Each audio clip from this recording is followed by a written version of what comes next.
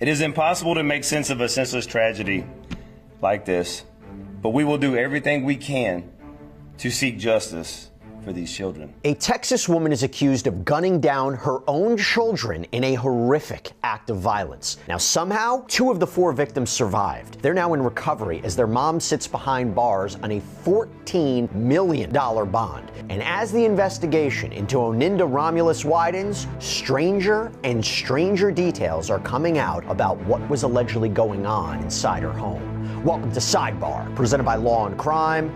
I'm Jesse Weber.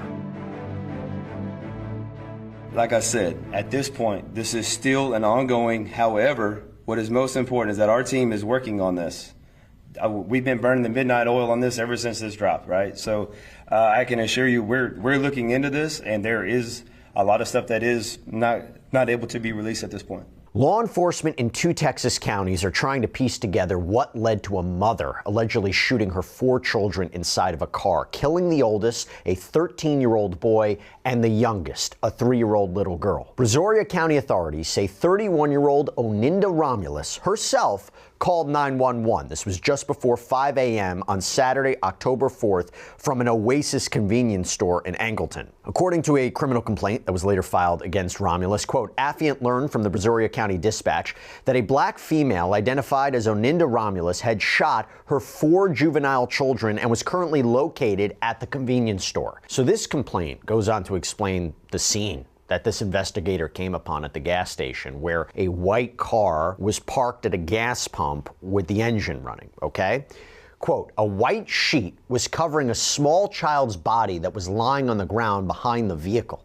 Affiant observed a second white sheet covering a body that was on the passenger side of the car between the car and the gas pump.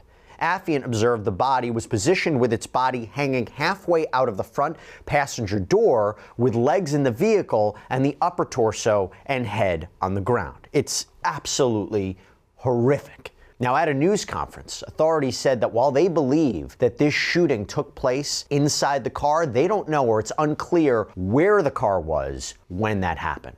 According to the investigator, the store owner arrived, let the deputy look at the surveillance footage. The investigator wrote that they were able to see a woman believed to be Romulus get out of the white car, walk around to the gas pump. It reportedly appeared like she was talking on the phone at the time, so possibly already on the phone with 911. Not entirely sure. Once she got gas, she was seen walking back to the driver's side, stops to look in the rear window before getting back into the driver's seat.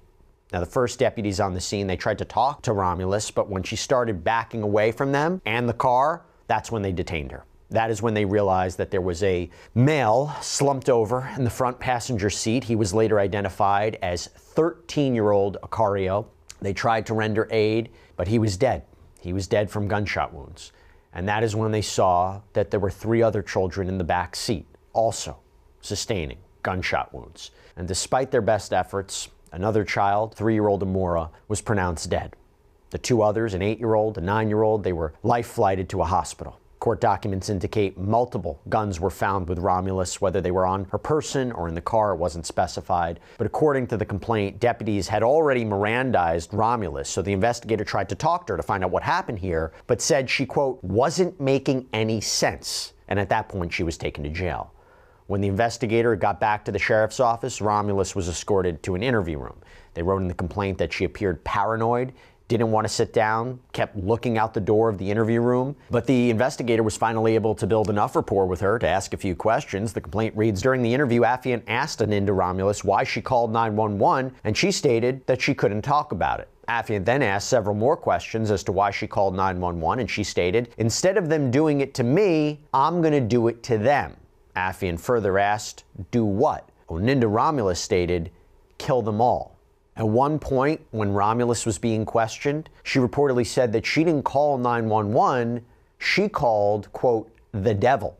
Affiant continued with the interview and asked Oninda Romulus if she had any children. She stated, Affiant further asked how many children she has, and Oninda Romulus replied that she has 4 children, naming them and stating their ages. Affiant asked Oninda Romulus where her children were, and she stated they were with, quote, the devil. Affiant then asked what she meant by that statement, and Oninda Romulus stated, they're dead. Affian asked Anindya Romulus what she meant by that statement, "They're dead," and she stated, "Because you can't take me without me taking you." Anindya Romulus further stated that her children were dead to her. So authorities, they charged her with 2 counts of murder, 2 counts of aggravated assault with a deadly weapon, and she was booked on a $14 million bond. It turns out, though, that Romulus's home was in Porter, Texas, in Montgomery County, so that's more than 60 miles away from where she was arrested, and we got our hands on the search warrants that were filed by Montgomery County investigators, and I will tell you, they provide more information about her that we need to talk about. All right, so before we dive into all these details, I want to welcome on a new guest here on Sidebar, Dr. Tia Nancy Wilson, a nationally recognized legal scholar, commentator, law degree from Howard University, doctorate from the University of Texas at Austin, knows how to break down all of these complex criminal matters. Thank you so much for taking the time, and welcome to Sidebar. We really love having you. Yeah, thank you for having me. Great to end this conversation.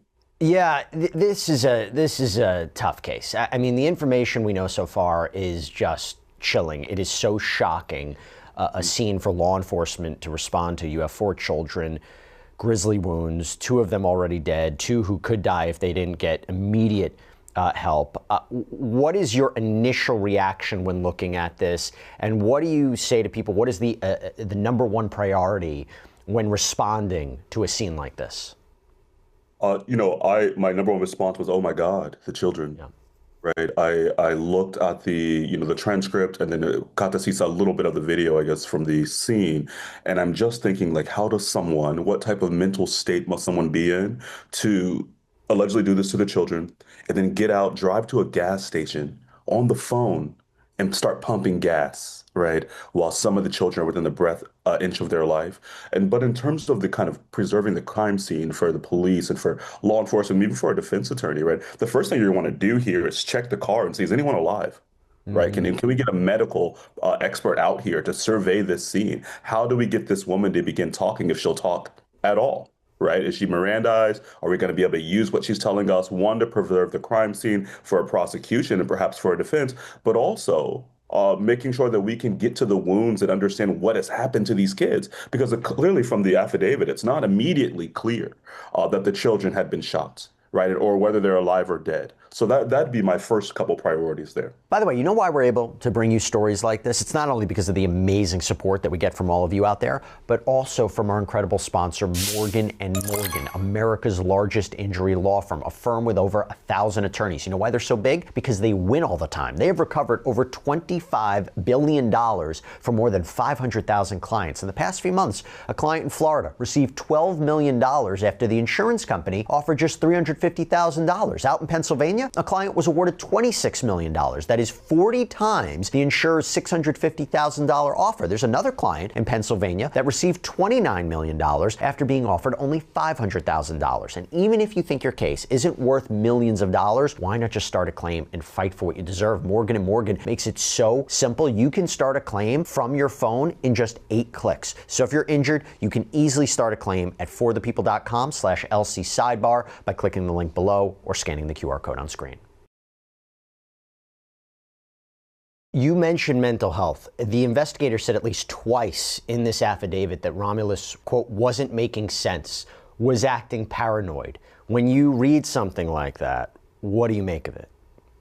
Well, I mean, there's a lot more that needs to be done. So as a criminal defense attorney, my first thought is, one, is she going to be competent to stand trial in the future, right? But that determination is made at the kind of moment that we're getting ready to go to trial, not at the crime scene. But 2, at that crime scene, is she just speaking gibberish? Is she acting? Does she need mental health support? Because a lot of times you will have folks that are maybe just in shock. And I can't imagine, allegedly shooting or even just being accused of shooting 4 of my children, killing 2 of them, that I would not be in shock, that I would not be saying anything, right, to an officer or to myself, to God, whoever I believe in, to my family. I'd also be interested in thinking about who she was on the phone with after she called the police. That'd be interesting to me. But in that moment, we're going to want to have her have some type of evaluation because she could be leading you down a rabbit hole.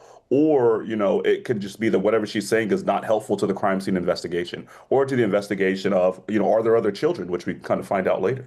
There are 2 things to that as I was reading it. One, you know, the idea of allegedly shooting your own children, there's got to be something there. So first thought I wondered, is she even on the phone with anybody, right? If you're thinking about delusion, I mean, was she even speaking to anybody? Let's put that there. But my understanding is in Texas, and I know this is an incredibly tough defense. I know that this doesn't always apply, but when you're dealing with a situation like this, I immediately looked it up. Texas has the insanity defense. And if you're talking about whether somebody appreciated the wrongfulness of their actions, and obviously we don't have all of the details yet, but is that something that may be considered by a defense attorney when you're talking about such a heinous crime like this? And it may be difficult for a jury to accept, how on earth could someone shoot children like this? There has to be something wrong.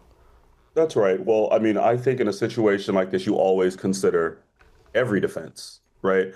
Because again, just to remind our viewers, what we have right now is affidavits from the police. We have the police's side of the story. We don't have her side really yet. I always tell when I was teaching law, I tell my students, look, when you read an affidavit, you read a crime scene report, you read a complaint, this is the worst case scenario for the client, right? This is if all the worst things are true, that's what we're reading right now. So as a defense attorney, of course, you're going to want to consider that insanity defense. And it's not the best defense you can get. It's not the one you want to use. It's not a get out of jail free card. Because if you use that, that does not mean you are not going to be punished.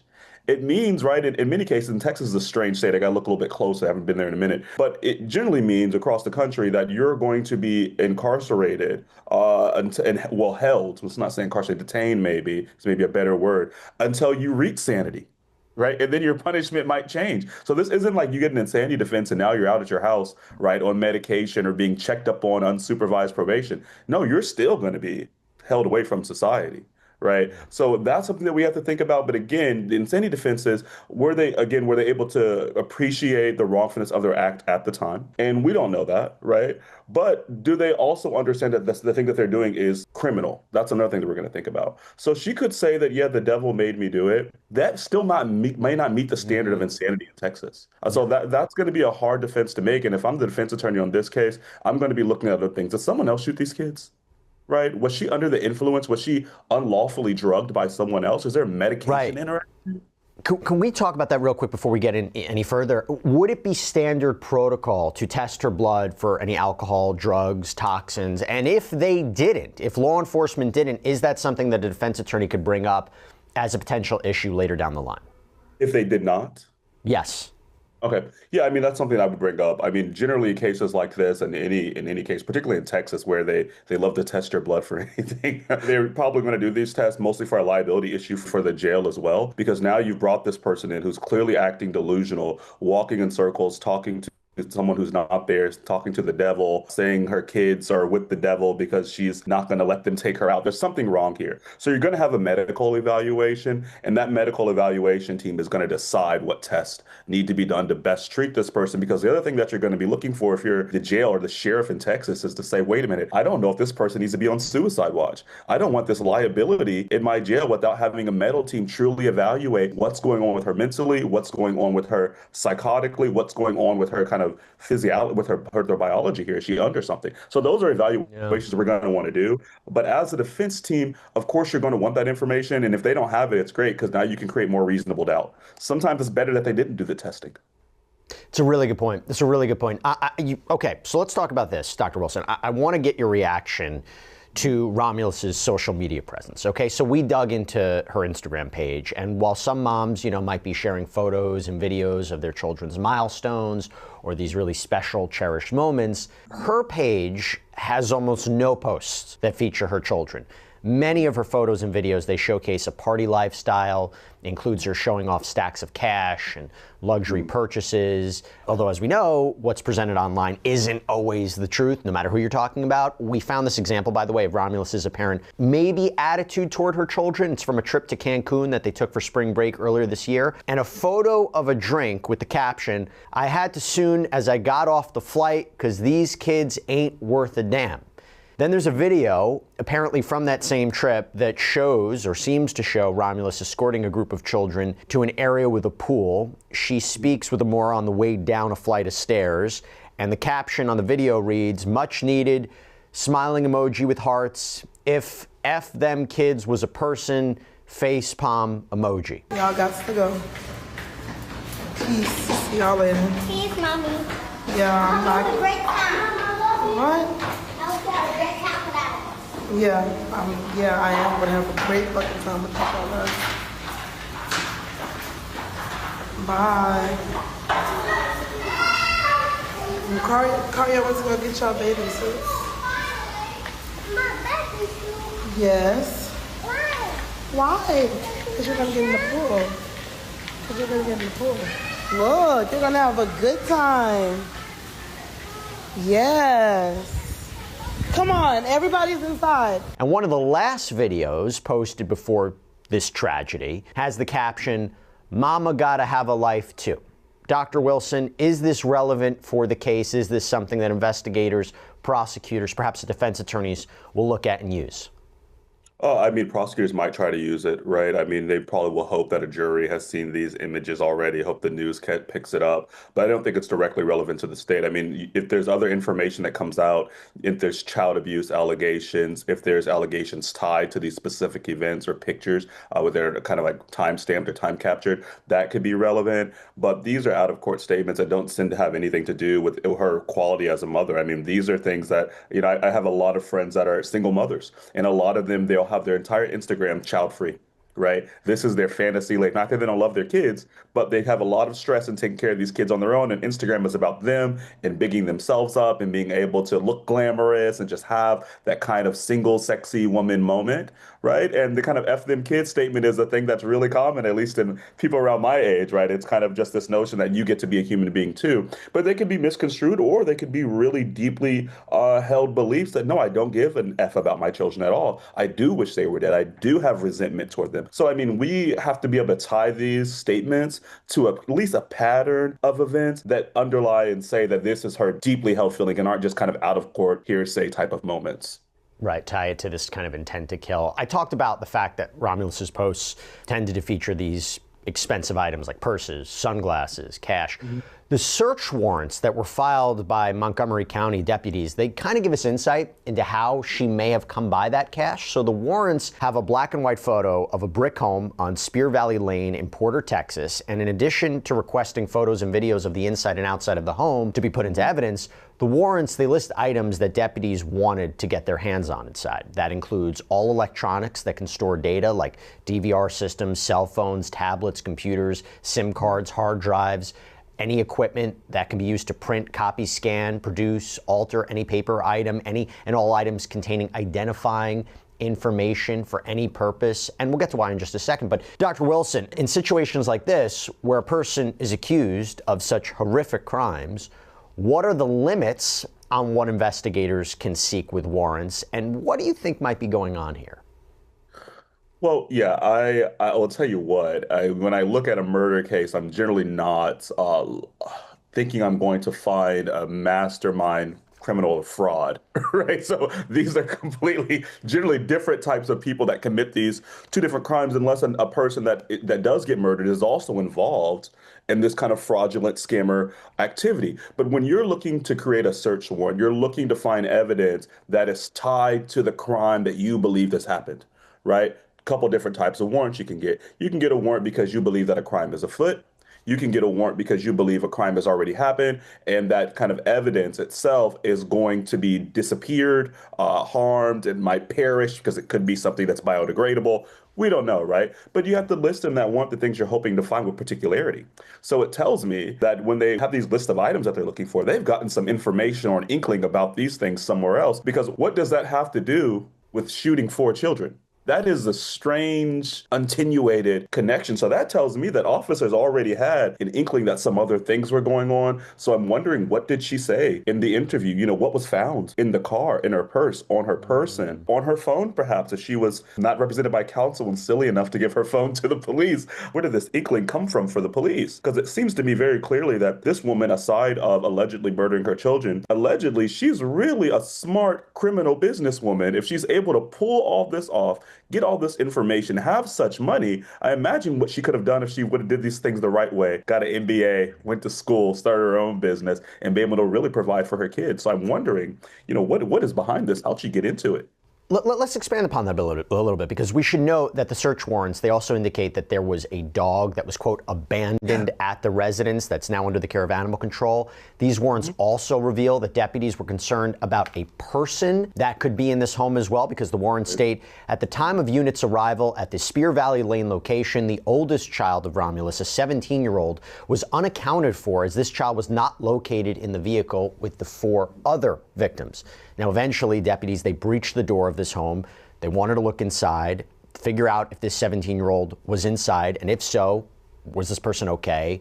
No one was found. I want to talk about some of the items that were found inside that house. So the paperwork says that during an initial search, investigators found evidence of a large-scale identity fraud scheme, okay? So this is what we were talking about. Quote, I observed there to be a large amount of social security cards and other identification documents containing identifying information of numerous individuals. This includes social security cards, U.S. treasuring checks addressed to this location with different names contained on the checks. The counterfeit identification documents were in various stages of manufacture, bearing different names, states, and photographs. These items are believed to be connected to criminal activity, but outside the scope of the initial warrant for the residence. Some identification cards had photographs of Oninda Romulus with names of different individuals. These items were located in an office inside the home that also contained multiple shipping labels, phones, computers, laptops, printers, and other devices. So in total, investigators gathered up a staggering amount of potential evidence. Fox 26 Houston reports that court documents list out items which include 31 social security cards, 33 ID cards, 15 credit cards, 15 packages of blank checks. Dr. Wilson, going back to you, if all of this is true, you mentioned it before about how they might have got to it. Is this now going to be a separate case? Are they going to separate the killings versus potential financial fraud? It will probably be the same case, just different charges, right? Okay. And as you know, when you have a warrant, you're supposed to list the specific things that you're looking for. And I think the word we use in criminal law, I haven't taught this part in a minute, but it's with particularity, right? You can't just go on a fishing expedition. But the rule also is, if you go into a home and you see evidence of another crime, it doesn't have to be a home, office, wherever the warrant is, and you see evidence of another crime that's in what we call plain view, it's fair game, right? And so they went into that office, the office within this building or home or what have you, looking for this young man, and they saw all this evidence of another crime. And so that's fair game there. But yes, this is going to be part of the same case. And that's going to be difficult for an attorney because a lot of us specialize. So maybe you specialize in murder cases, but now you have this maybe, I don't know what type of fraud or how many different types of fraud is going on here. I wouldn't feel equipped, right, necessarily to take on the fraud case, but I feel more comfortable with the murder case. And of course, some people are best athletes and just say, hey, reasonable doubt's a reasonable doubt. But these are going to be the same case, probably with an assorted team of attorneys if she can afford it, or hopefully her public defender service down there has a really highly qualified team. And that's a really good point. And I will tell you, the search warrants, they also indicate that there was a Tesla with a Georgia license plate that was parked in the driveway when the units got there. And background records show that Romulus previously lived in Georgia. Now, according to investigators, a surveillance camera from across the street apparently showed multiple people coming out of the home just after 2:30 a.m. on Saturday, October 4th, with some of the subjects being, quote, small in stature, consistent with children.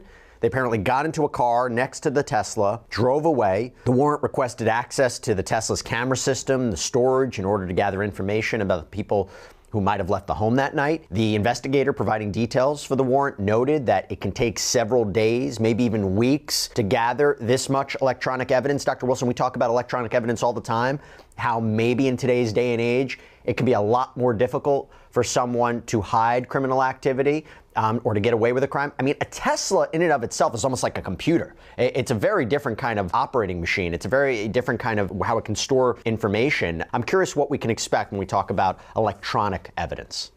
Well, I mean, Teslas are really particular. I have a Kia EV9, and I love the car because the security features are so great and there's so many cameras. I have a friend who recently, I believe, had their Tesla, someone tried to steal it, and the person was on camera because the Tesla was yet recording, right? So when these things can act as surveillance devices in and of themselves, you have a problem here. But of course, when we're trying to get subpoenas for electronic devices, with the Tesla, it might even be as hard as kind of with a cell phone. So do you need to get this subpoena from to the Tesla company? Are there certain encryption ways that you can encrypt your data with your Tesla? How do you actually get into the cars? There's a lot of questions there, and oftentimes these companies don't want to give you the data, even though there might be a murderer or a serial killer or a rapist on the loose, because the way they sell themselves is, look, this is your privacy here, and they're selling the notion of privacy and convenience. So if someone like Tesla, we've seen this with Apple in the past, with the FBI, just hands over the data, just hands over their surveillance without any type of real fight, it cheapens in the eyes of a lot of consumers the experience and the product that they're buying. It feels like you can't even have, the so-called right to privacy in your own home, in your own car, what have you. And of course, we know with the vehicle, you have a reduced right to privacy as well. So I think there are a lot of issues there, not necessarily with just a legal piece of the subpoena and getting that information, but the kind of battle with the company that is looking also at their bottom line, their brand, their reputation. I'm glad you mentioned that because we talk so much about ChatGPT and now how there's what you put in there can be potentially used in a criminal case and how technology advances, and we talk about privacy. But I will mention this.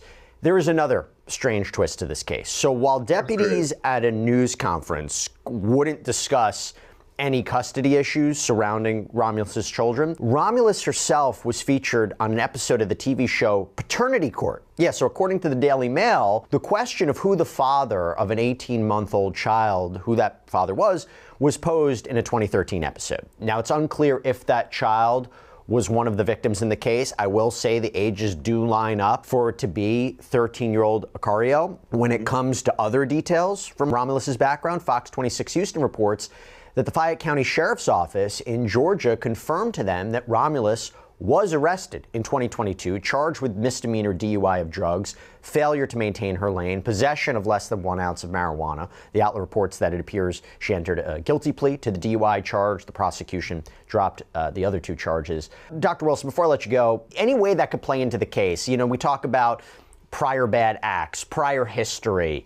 Anything like that we should be considering in this investigation or this potential legal case? Well, I would think not necessarily the marijuana possession or, driving while under the influence of weed. No offense to my friends in Atlanta, but I think you could throw a rock in Atlanta and probably hit someone driving under the influence of weed. But in terms of, that TV show is really interesting to me because it makes me wonder, is this person, is it in conjunction with the Instagram, is this someone who is looking for notoriety? Is this someone who's trying to become kind of reality TV type of person? So we know those paternity case court TV shows are all about getting your name out there. A lot of it's fabricated. So I'm wondering, is she trying to create a bigger image, a larger than life image for herself? But with both that and this tax issue, is this a motive? Is this why she needs to get rid of the kids potentially so she can be by herself, be a celebrity, live her best life?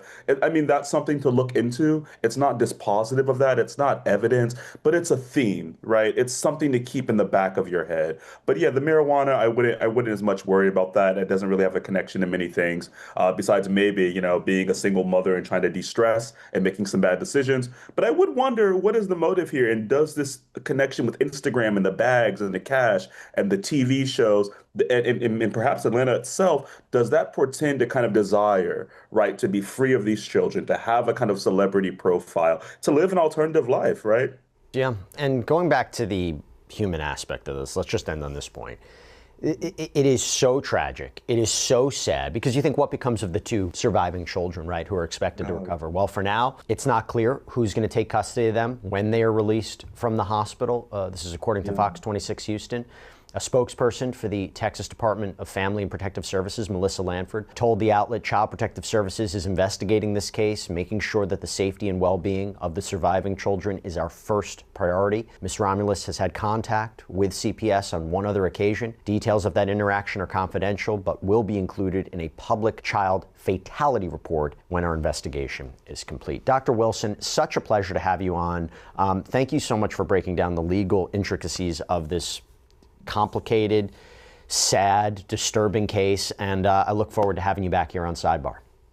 Yeah, thank you so much. I'll just say one last thing. Toni Morrison was asked about survival, and she said, sometimes we don't survive in whole. we only survive in part. And that is my fear for these kids, the parts of them that survive. Thank you for having me. This was a great, but also very serious and sad conversation. And that is all we have for you right now here on Sidebar, everybody. Thank you so much for joining us. And as always, please subscribe on YouTube, Apple Podcasts, Spotify, wherever you get your podcasts. You can follow me on X or Instagram. I'm Jesse Weber. I'll see you next time.